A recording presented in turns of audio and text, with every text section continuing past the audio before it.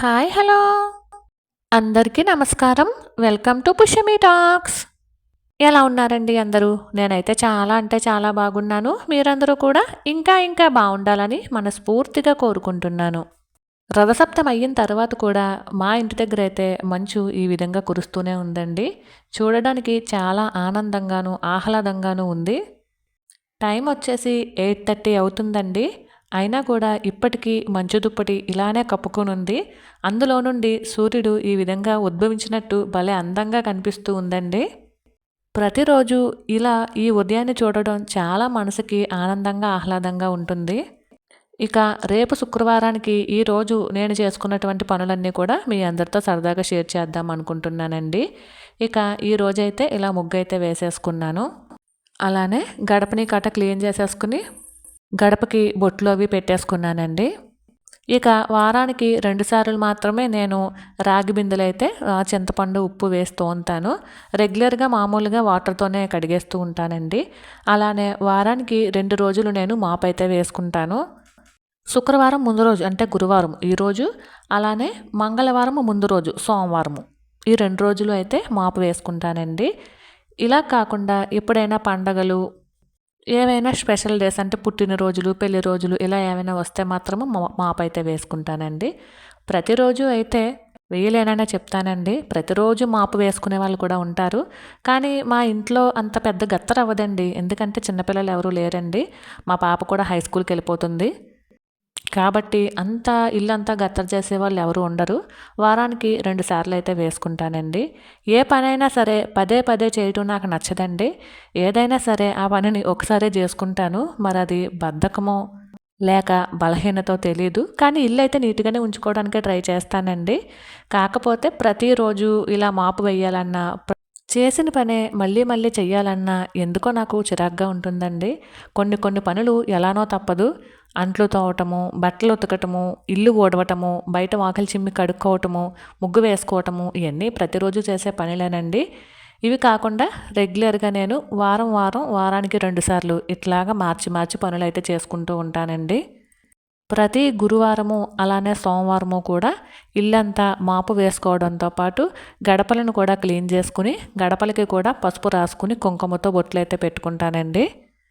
కొంతమంది రోజు కూడా భలే చేసుకుంటారండి. వాళ్ళ ఓపికకి నిజంగా మెచ్చుకోవాలి అనిపిస్తూ ఉంటుంది. కానీ నేనైతే వారానికి 2 రోజులు మాత్రమే గడపకి పసుపది రాసి నీట్‌గా బొట్లది పెట్టుకుని అలంకరించుకుంటాను. ఇక ఈ అంట్లు పని అంటారా? ఆల్మోస్ట్ రోజులో 4, 5 సార్లైనా ప్రతి ఇల్లాలు కూడా తోమవలసిందేనండి. అందరికీ తెలిసిందే. మార్నింగ్ టిఫిన్‌లప్పుడు, వంట అయిపోయిన తర్వాత, భోజనాలప్పుడు, ఈవినింగ్ టీలు పెట్టేటప్పుడు, డిన్నర్ అయిపోయిన తర్వాత ఇట్లాగా ఇంచుమించు ఎప్పుడంట్లు అప్పుడు తోమేసుకుంటే ఇల్లు నీట్‌గా ఉంటుంది కదండీ!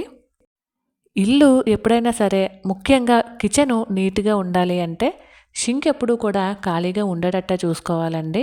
గిన్నెల స్టాండ్ ఎప్పుడూ కూడా గిన్నెలతో కళకళలాడుతూ నిండుగా ఉండాలి.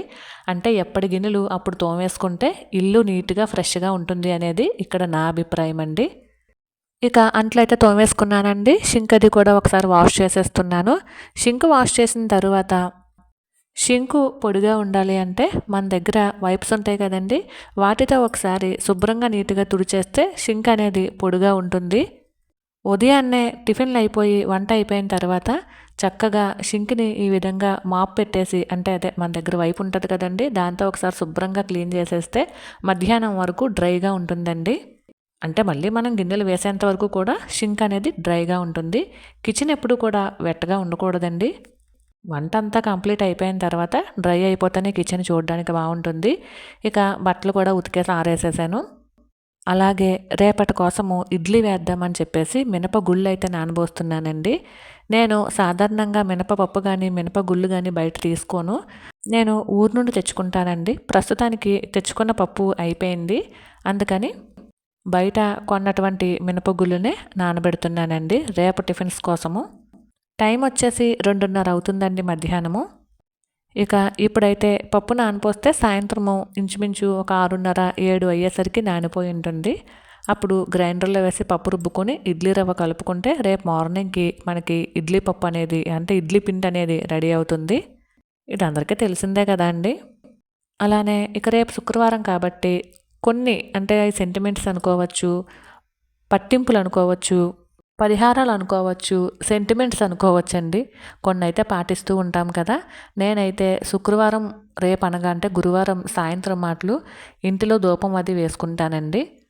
ఇక సాయంత్రం పని కూడా అంటే పప్పు నానబోసుకోవటం, గిన్నెలు తోముకోవటం ఇవన్నీ అయిపోయిన తర్వాత చక్కగా ధూపం అది వేసుకుంటాను. ఇంచుమించు టైం వచ్చేసి 5 అవుతుందండి. 5, 5:30 అవుతుంది.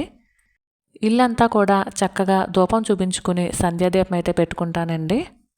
సంధ్యాదీపం అనేది శుక్రవారం అనే కాదు, కుదిరినంత మట్టుకి ప్రతిరోజు కూడా సంధ్యాదీపం పెట్టుకోవడానికే ట్రై చేస్తాను. అంటే మన ఆడవాళ్ళకి నెలసరి సమస్యలు ఉంటాయి. ఇంట్లోకి ఒకసారి నాన్ వెజ్ అది వండుతూ ఉంటాము. అలాంటప్పుడైతే సంధ్యాదీపం కొంచెం అవాయిడ్ చేస్తాను, కానీ మిగిలిన రోజుల్లో అయితే మాత్రం కంపల్సరీ సంధ్యాదీపం పెట్టుకోవడానికే ట్రై చేస్తానండి. ఇక ధూపం అది వేసేసిన తర్వాత టైం వచ్చి 6:30 అవుతుందండి. ఇక సాయంత్రం చూడడానికి మా ఇంటి దగ్గర ఇలా భలే అందంగా కనిపిస్తూ ఉంటుందండి. మీరందరూ కూడా చూస్తారని వీడియో క్లిప్ అయితే తీశాను.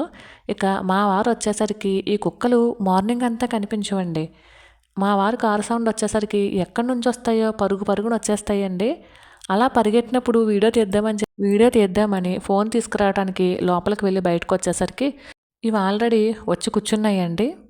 నిజానికి ఈ కుక్కలకి అన్నం పెట్టడం అనేది, పక్షులకి దానా వేయడం అనేది చాలా ఆనందాన్ని కలిగిస్తుందండి. అది పైకి చెప్పే కన్నా మనంతటా మనమే అనుభవిస్తే తెలుస్తుందండి ఆ సంతోషం అనేది. మేము ఇంకా ఫుడ్ తేవట్లేదని చెప్పేసి కుక్కలు ఆ కాళ్ళతోటి తలుపుని ఇలాగా కొడుతున్నాయండి. భలే అనిపించింది. అంటే ఫుడ్డు వీటికి మా హస్బెండే పెడతారండి, మా బావే పెడతారు. అందుకని ఆయన కారు రాగానే ఇవన్నీ వచ్చేసాయండి. ఆయన వచ్చి స్నానం చేసి దండం పెట్టుకుని అప్పుడు వీటికి ఫుడ్ అయితే వేస్తారండి. ఇప్పుడైతే ప్రస్తుతానికి ఈ కుక్కల కోసమే సాయంత్రం మాటలు రైస్ అయితే వండుతున్నాను. ఒక్కొక్కసారి రైసు, పెరుగు కలిపేసి పెడితే తింటాయండి. ఒక్కొక్కసారి ఏదైనా కూర ఉంటే ఆ కూరతో కూడా చక్కగా తినేస్తాయి. ఇలా 2 ప్లేట్లలో అయితే కలిపేసి పెట్టామండి. బయట ఇలాగా ప్లేట్లలో కలిపేసి అన్నం అయితే పెట్టేసి లోపలికొచ్చేసి మేము ఫుడ్ అయితే తిన్న తర్వాత బయటికెళ్ళి చూసేసరికి శుభ్రంగా తినేసి ఉన్నాయండి. ఇంకా కాస్తో కూస్తో ఉంటే మిగిలిన ఆ 2 కుక్కలు కూడా తింటున్నాయి. ఒక విధంగా చాలా హ్యాపీగా ఉందనే చెప్పొచ్చండి. ఎందుకంటే మాకున్న బడ్జెట్‌లోనే మేము చక్కగా ఒక 4, 5 జీవులకి ఫుడ్ అయితే పెడుతున్నాము అని చెప్పేసి చాలా హ్యాపీగా ఉందండి.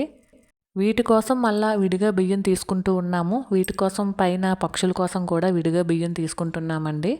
పైన పక్షులకి రోజు మార్నింగు కొన్ని బియ్యం అయితే వేస్తాను. సాయంత్రం మాటలు ఈ కుక్కల కోసం అని చెప్పేసి రైస్ అయితే వండుతున్నానండి. అలానే పైన ఒక చిన్న కప్పుతో వాటర్ కూడా పెడుతున్నాను. వీటికైతే వాటర్ పెట్టట్లేదండి. పక్కన పైపు పగిలింది. ఆటోమేటిక్‌గా వాటర్ వస్తున్నాయి.